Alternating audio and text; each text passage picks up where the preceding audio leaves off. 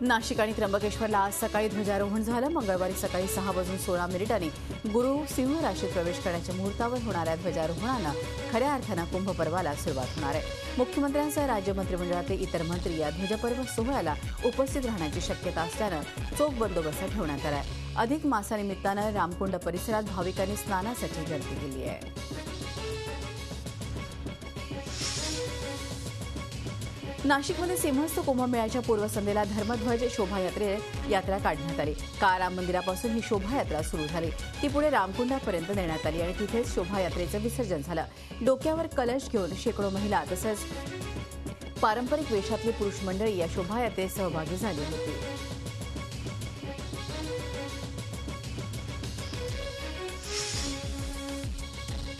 राज्यावरील दुष्काळाच्या सावटाची धग अधिवेशनात पोहोचली आहे। शेतकऱ्यांच्या कर्जमाफीच्या मुद्द्यावरही काँग्रेस आणि राष्ट्रवादी एकत्र आले आहेत। अधिवेशनाच्या सुरुवातीलाच विरोधकांनी सरकारविरोधात आक्रमक पवित्रा घेतला। विरोधकांनी विधानभवनाच्या पायऱ्यांवर बसून जोरदार घोषणाबाजी केली। कर्जमाफीवर सरकार ठाम भूमिका घेत पावसाळी अधिवेशनाच्या पहिल्याच दिवशी दिवस गाजवला तो आतापर्यंत सत्तेत राहिलेल्या आणि सध्या विरोधकांच्या भूमिकेत शिरलेल्या काँग्रेस राष्ट्रवादीच्या आंदोलनानं विधानभवनाच्या प्रवेशद्वारात बसून सरकारविरोधी घोषणा देणारे माजी मुख्यमंत्री आणि उपमुख्यमंत्री पाहून सर्वांच्याच भुवया उंचावल्या।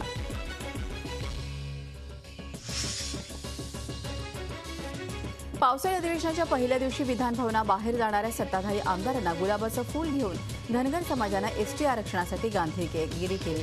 आरक्षणाचा मुद्दा लवकरात लवकर मार्गी लावण्याची मागणी मुंबई धनगर आरक्षण कृती समितीतर्फे करण्यात आली। गेल्या वर्षभरापासून धनगर समाजाच्या एसटी आरक्षणाच्या अंमलबजावणीचा प्रश्न चांगलाच गाजतोय।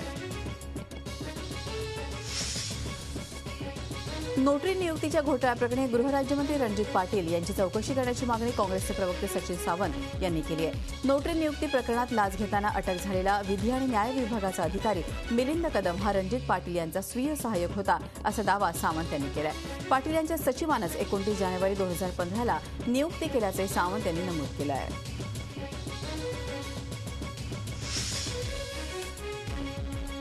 आदर्श घोटाळ्याप्रकरणी माजी मुख्यमंत्री अशोक चव्हाण यांच्या भवितव्याचा 21 जुलैला फैसला होणार आहे। आदर्श घोटाळ्यातून नाव वगळण्याबाबत सुप्रीम कोर्टात 21 जुलैला अंतिम सुनावणी आहे। सुप्रीम कोर्टानं सीबीआयलाही या सुनावणीला हजर राहण्याचे आदेश दिले आहेत। आदर्शमधून अशोक चव्हाण यांचे नाव वगळण्यास हायकोर्टानं नकार दिला होता। त्या निर्णयाला आव्हान देत अशोक चव्हाण यांनी सुप्रीम कोर्टात याचिका दाखल केली आहे।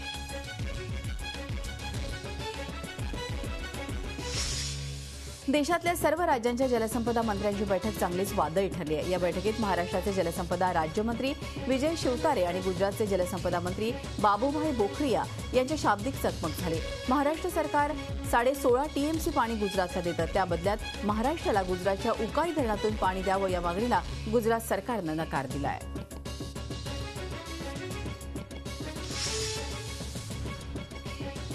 9 प्रवाशांना घेऊन प्रवास करणं शक्य नसल्याचं सांगून नाशिक पुणे सी प्लेन सेवा बंद झाल्याच्या अवघ्या 24 तास उलटत नाही तो दुसऱ्या कंपनीची सेवा सुरू झाली आहे। 5,000 रुपयात नाशिक मुंबई आणि नाशिक पुणे विमान सेवा सुरू होणार आहे। या विमान सेवेची रचना हॉपिंग फ्लाईटची असल्यानं आता लवकरच कायम स्वरूपाची विमान सेवा उपलब्ध होण्याची शक्यता आहे।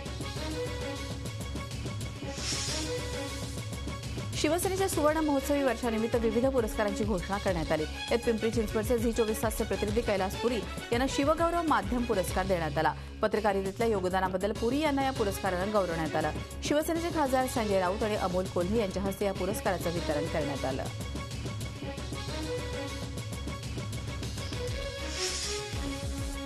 औरंगाबादच्या होली क्रॉस शाळेत मुलीच्या ड्रेस घालण्याच्या पद्धतीवरून चांगलाच गोंधळ झाला।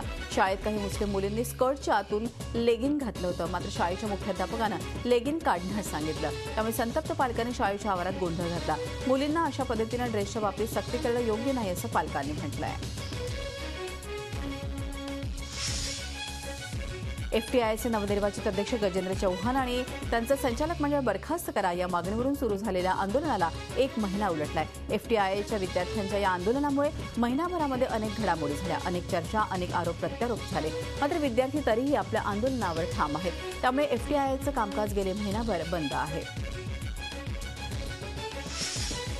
स्मार्ट पुणेकरांना स्मार्ट पुण्याचा आराखडा बनवण्याची संधी मिळणार आहे. केंद्र सरकारच्या स्मार्ट सिटी योजनेत सहभागी होण्यासाठी पुणे महापालिका प्रयत्नशील आहे. मात्र त्यासाठी शहराला स्मार्ट बनवण्यासाठी काम करायला पाहिजे, याचा आराखडा सादर करावा लागणार आहे. या कामी पुणेकर नागरिकांची सूचना महापालिकेतर्फे मागवण्यात आल्या आहेत.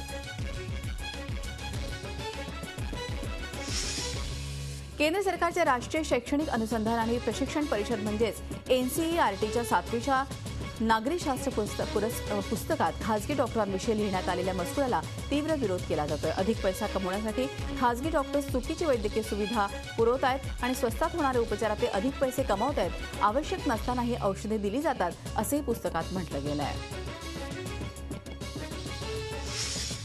डोळ्यात प्राण आणून आभाळाकडे बघणाऱ्या महाराष्ट्रातल्या शेतकऱ्यांवर यंदाही पाऊस रुसलाय. जून महिन्यात पावसानं हजेरी लावली खरी, पण जुलै महिन्यात पहिले 2 आठवडे पाऊस झालाच नाही. या आठवड्यातही मध्य महाराष्ट्र, मराठवाडा आणि विदर्भ भागात जास्त पाऊस पडणार नाही. पडलाच तर तुरळक प्रमाणात पाऊस पडेल, असा अंदाज कुलाबा वेधशाळेनं वर्तवलेला आहे.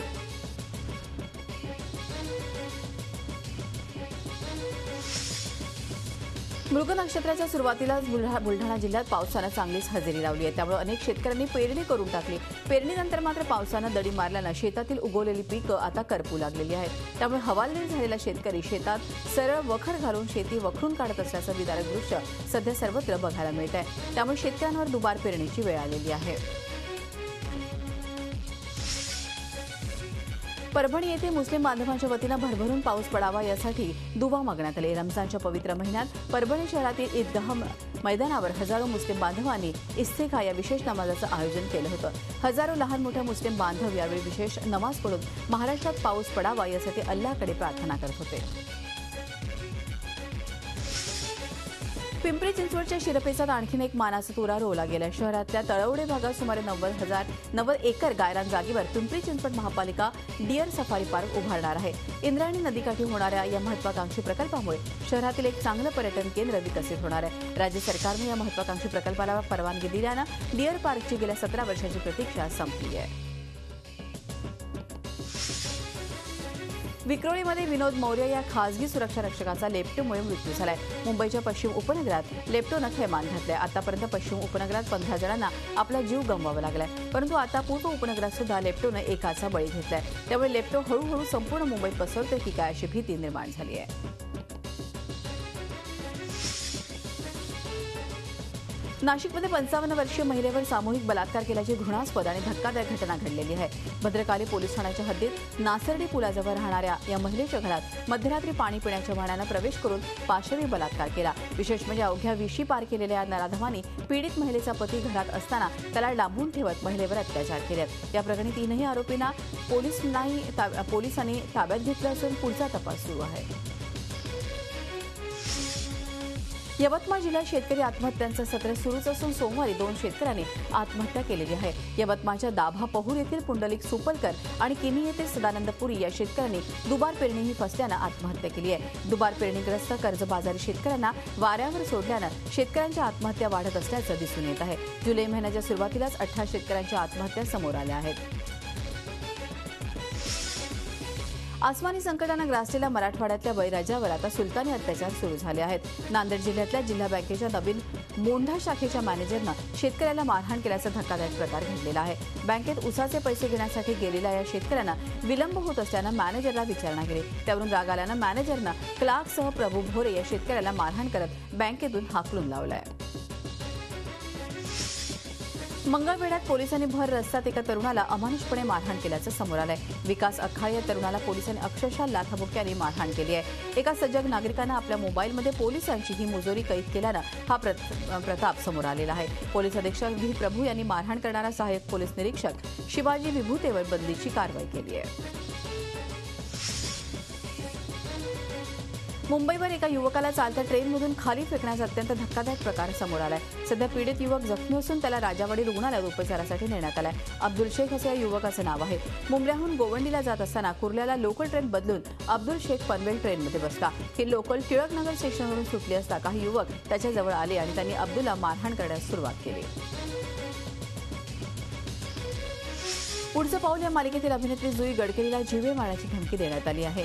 एका निनावी पत्राद्वारे ही धमकी देण्यात आली आहे. 8 जुलैला जुई वाढदिवस साजरा करण्यासाठी कर्जतच्या घरी गेली होती. तिच्या वाढदिवसाचं सेलिब्रेशन सुरू असताना एका 8-10 वर्षीय मुलानं निनावी धमकीचं पत्र आणून दिलं. या जुईला 20 जुलैला संपवून टाकणार असल्याची धमकी देण्यात आलेली आहे.